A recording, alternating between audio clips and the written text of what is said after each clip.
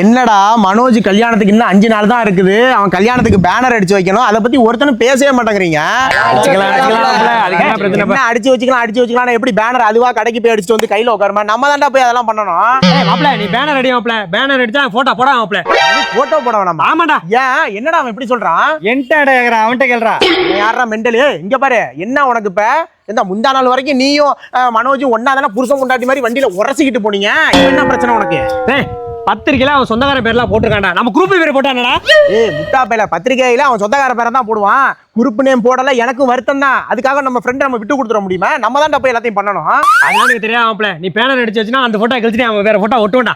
என்னடா இப்படி பேசிட்டு இருக்கான் அவன்? பேசுறதாவது கரெக்ட்னு படுதாடா உனக்கு? அவன் பேச கரெக்டா தப்பு. ஃப்ளெக்ஸ் அடிச்சா போட்டோ என் போட்டோவும் போடாத. என்னது ஓ போட்டோ போடாத? என்னடா எல்லாரும் இப்படி சொல்றீங்க? என்னடா பிரச்சனை உனக்கு? எனக்கு 1008 பிரச்சனை இருக்கு. ஏன்டா பொண்ணு பார்க்க போனானா அவன் என்ன கூப்பிட்டானா? அவன் என்னடா ஆச்சு உங்களுக்கு எல்லாம்? எதுவும் மண்டை குழம்பி போய்த்தா? பொண்ணு பாக்குறது அவனுக்கு, அவன் போயிருப்பான். அதுக்கே தான்டா ஒன்ன கூப்பிட்டு போனோம். நீயா கல்யாணம் பண்ண போற அந்த பிள்ளைய?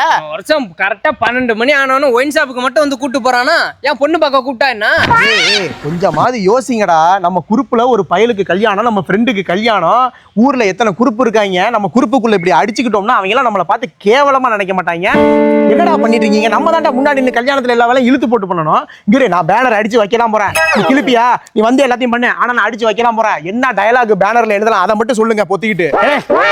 கடந்துட்டு போட்டோம். டயலாக் போடலாம், பேனர் அடிக்கலாம். பேனர் கல்யாணம் முடிஞ்சு யாரை எடுத்துட்டு போவா? நான் போறேன்டா. என்ன பேனர் அடிக்கிறத என்ன முடிவு பண்ணல? அது உள்ளாட்டி பேனரை எடுத்துட்டு போவாங்கிறது ரொம்ப முக்கியமா? இது அப்ப சொல்லி ஆகணும். சொல்லிட்டா பிரச்சனை பண்ண மாட்டோம்ல? ஆமா ஆமா, அப்படியே பிரச்சனையே பண்ண மாட்டீங்க. ஏண்டா திருவிழாவுக்கு பேனர் அடிச்சு வச்சோமா, அதை எடுத்துட்டு போறதுக்கு பிரச்சனை பண்ணி முட்டா பசங்களை அடிச்சுக்கிட்டு மண்டை எண்டையமா உடச்சு நின்னீங்க. உங்க அம்மா எல்லாம் எங்க வீட்டுல வந்து செருப்பால் அடிக்கிறாங்க.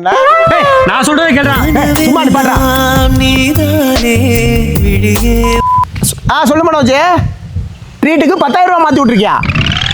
நம்ம பசங்களுக்கு என்ன பண்ணணும்? சிறப்பா பண்ணிடுறேன். நீ கல்யாண வேலையை பாரு.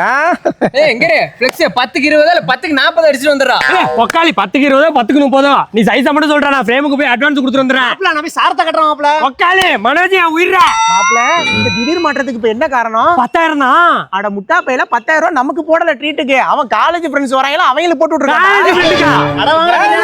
என்னடா 10,000 கொடுத்துருக்கான்? ஆட்டோவாமா வீரமாமா? டேய் ஹாட்டா பீராவா? அது நமக்கு இல்லடா, அவன் காலேஜ் ஃப்ரெண்ட்ஸ். அந்த மாதிரிலாம் சொல்லாத. ஆட்டா வீரா டக்குன்னு சொல்லு. என்னடா அவன் பேசுனதே பேசுறான். ஆமா இது எத்தனை? 5டா. ஆஹா, இவன் ஆல்ரெடி போட்டிருப்பான் போல.